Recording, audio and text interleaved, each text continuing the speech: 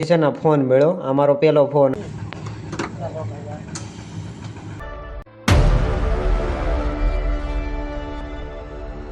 3 trophy છે આપણા નામે તો મમ્મી અત્યારે શું બનાવવાનું છે આપણે દૂધીનો હલવો બનાવવાનો છે જો બરોબર આપણે અહીંયા જો પાણી ઊંધી દીધું છે આપણે નાઈ આવી અને દૂધીનો હલવો અત્યારે બનાવવાનો છે આપણે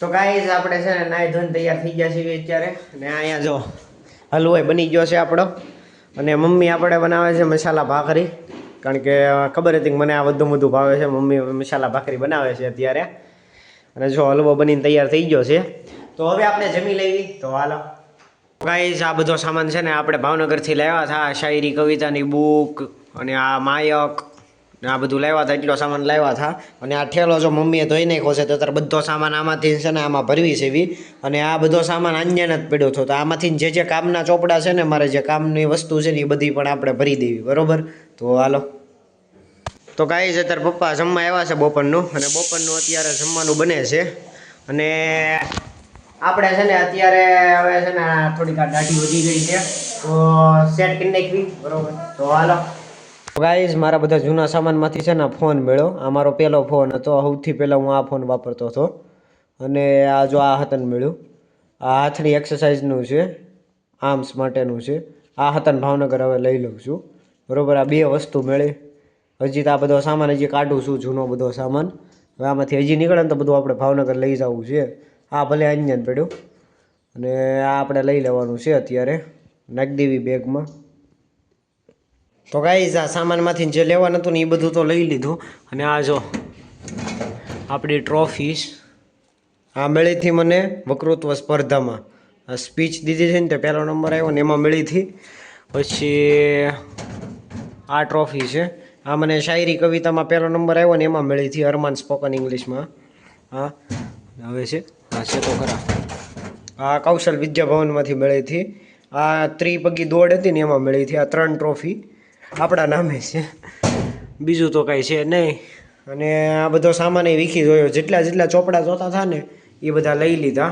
જો આ એક આવડી આ એક કોરી નોટ લેવી હતી જે કામાં એક્સ્ટ્રા પડી હતી એક લઈ લીધી એવું બધો સામાન છે ને બેગમાં નાખી દીધો છે બરાબર અને આ જો 3 ટ્રોફી છે આપણા નામે તો ગાઈઝ હું તમને મારું આખું ઘર બતાડી દઉં અને શરૂઆત છે ને આ બહારથી કરવી પહેલાં હું અંદર આનથી એન્ટર થાવ ત્યાંથી લઈને મારું આખું ઘર હું તમને બતાડું હાલો તો ગાઈઝ આ આપણી સોસાયટી છે અને આ અમારું મકાન છે આ જો ઉપર મકાન માલિક રહેશે અહીંયા એમ ભાડે રહેવી છે અહીંયા બધાના મકાન હજી બને છે આપણું મકાન બને છે આની અંદર છે હું તમને એ પછીના વ્લોગમાં બતાડીશ અત્યારે તો અહીંયા ભાડે રહેવી છે એવી કારણ કે સામે આપણું મકાન બને છે એટલા માટે અને આખી સોસાયટીમાં નકરા મકાન જ બને છે અને જો અહીંયા આપણી આ 4 વ્હીલ પડી આ 4 વ્હીલ આપણી છે તો અત્યારે આપણે ગેટની અંદર એન્ટર થઈ જાવી આ જો આપણે ગેટની અંદર એન્ટર થયા તો આ મકાન માલિકની 4 વ્હીલ છે આ બહુ મોટું પાર્કિંગ છે ગાઈસ અને આ ગાડી આપણી પડી છે આ આપણે અને અંદર એન્ટર થયા તો પહેલાં તો આ 2 રૂમ છે અને આવડો મોટો હોલ છે અહીંયા ફ્રીજ છે ડબલ ડોર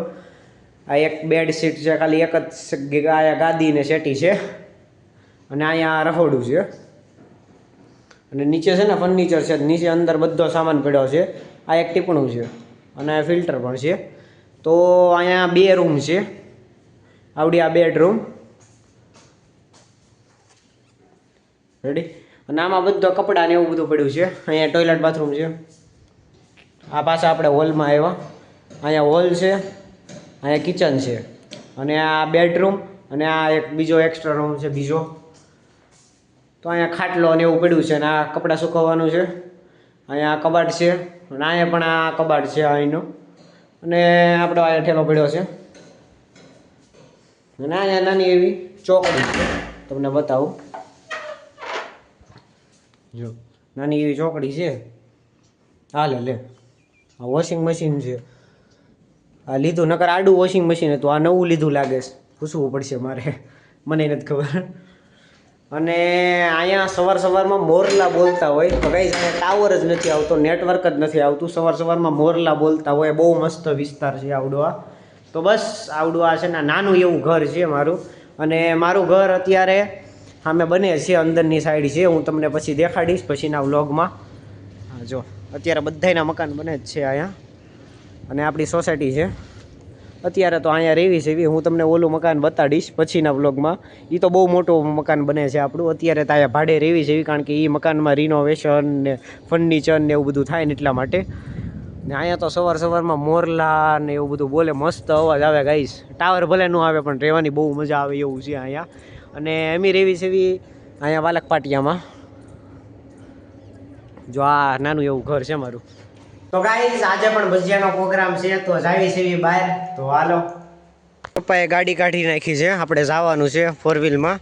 અને મમ્મી હજી આવે છે તો આપણે બેસી જઈએ. તો ગાઈસ આપણે નીકળી ગયા છે એવી પ્રોગ્રામમાં જવા. અને ફાર્મમાં છે, મજા આવવાની છે ભજીયા ખાવાની. તો ગાઈસ અહીંયા સીએનજી પુરાવા માટે ઊભા રહી ગયા લાઈનમાં.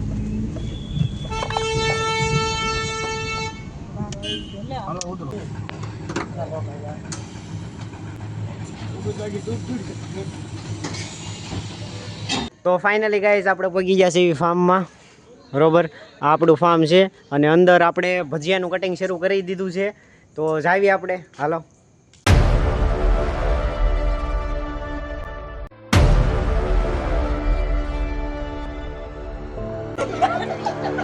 તો અમે ફાઇનલી પહોંચી ગયા છીએ.